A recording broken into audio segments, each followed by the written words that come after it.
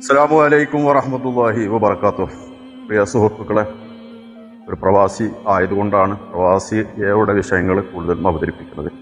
ഇൻഷാ അല്ലാഹ് പ്രവാസി അല്ലാത്തൊരു കാലഘട്ടം നമ്മളിൽ പ്രവാസികളായ ആളുകൾക്ക് കഴിഞ്ഞു പോയിട്ടുണ്ടാവും. വളരെ ചെറുപ്പത്തിൽ തന്നെ അധ്വാനങ്ങളും കാര്യങ്ങളുമായി ഇറങ്ങി എങ്ങനെയൊക്കെ ഈ ഗൾഫ് രാജ്യത്ത് എത്തിപ്പെട്ട ആളുകളാണ് നമ്മൾ. കഠിനമായ ചൂടും തണുപ്പാണെങ്കിൽ തണുപ്പും ജോലിഭാരവും ഉറക്കമില്ലായ്മയും മാനസിക സമ്മർദ്ദം, അങ്ങനെ ഒരുപാട് ത്യാഗങ്ങൾ സഹിച്ചുകൊണ്ടുള്ള ഒരു യാത്രയാണ് പ്രവാസി. ഒന്ന് മനസ്സ് തുറക്കാൻ പോലും ഉമ്മയോ ഭാര്യയോ കൂടപ്പിറപ്പിങ്ങളോ ഇല്ലാത്ത ഒരു സാഹചര്യം, സ്വന്തം ഉപ്പയ്ക്ക് പോലും മകനെ സംരക്ഷിക്കാൻ പറ്റാത്ത ഒരു രാജ്യമാണ് പ്രവാസം, ഒരു യാത്രയാണ് പ്രവാസം. ഇവിടെ പട്ടിണി കിടക്കണമെങ്കിലും ജോലിക്ക് പോകണം, കാശ് വേണം. അതുകൊണ്ട് ചൂട് കടന്നു പോവുകയാണ്. ഈ മാസം അടുത്ത മാസം പകുതിയോടുകൂടെ ഈ കാലഘട്ടമൊക്കെ അവസാനിച്ചു പോകും.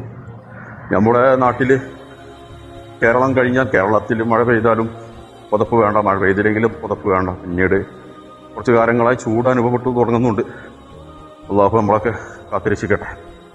ഇതിനെക്കുറിച്ച് ഒരു ഹദീസ് പറയണം തോന്നി.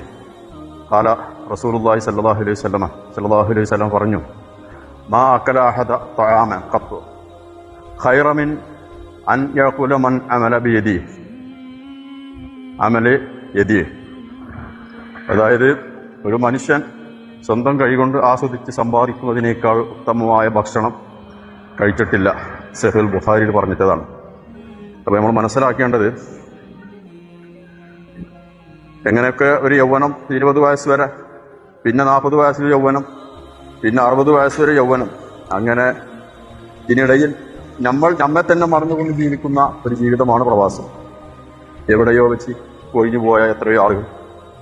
അള്ളാഹുവിൻ്റെ ആയുസ് ചുരുങ്ങുമ്പോൾ പോയെല്ലാം മതിയാവുള്ളൂ. അള്ളാഹു നമ്മളിന്ന് മരണപ്പെട്ടവർക്ക് അള്ളാഹു ബർസഖ് നന്നാക്കി കൊടുക്കട്ടെ.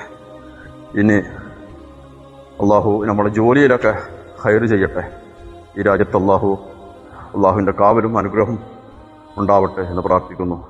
ഇൻഷാ അല്ലാഹ് ആരോഗ്യവതിയായി അധ്വാനിക്കാനുള്ള ആഫിയത്തും ദീർഘായുസ്സും അള്ളാഹു നമുക്കെല്ലാവർക്കും തന്നെ അനുഗ്രഹിക്കുമാറാവട്ടെ എന്ന് പ്രാർത്ഥിച്ചുകൊണ്ട് അസ്സലാമു അലൈക്കും വറഹ്മത്തുള്ളാഹി വബറകാതുഹു.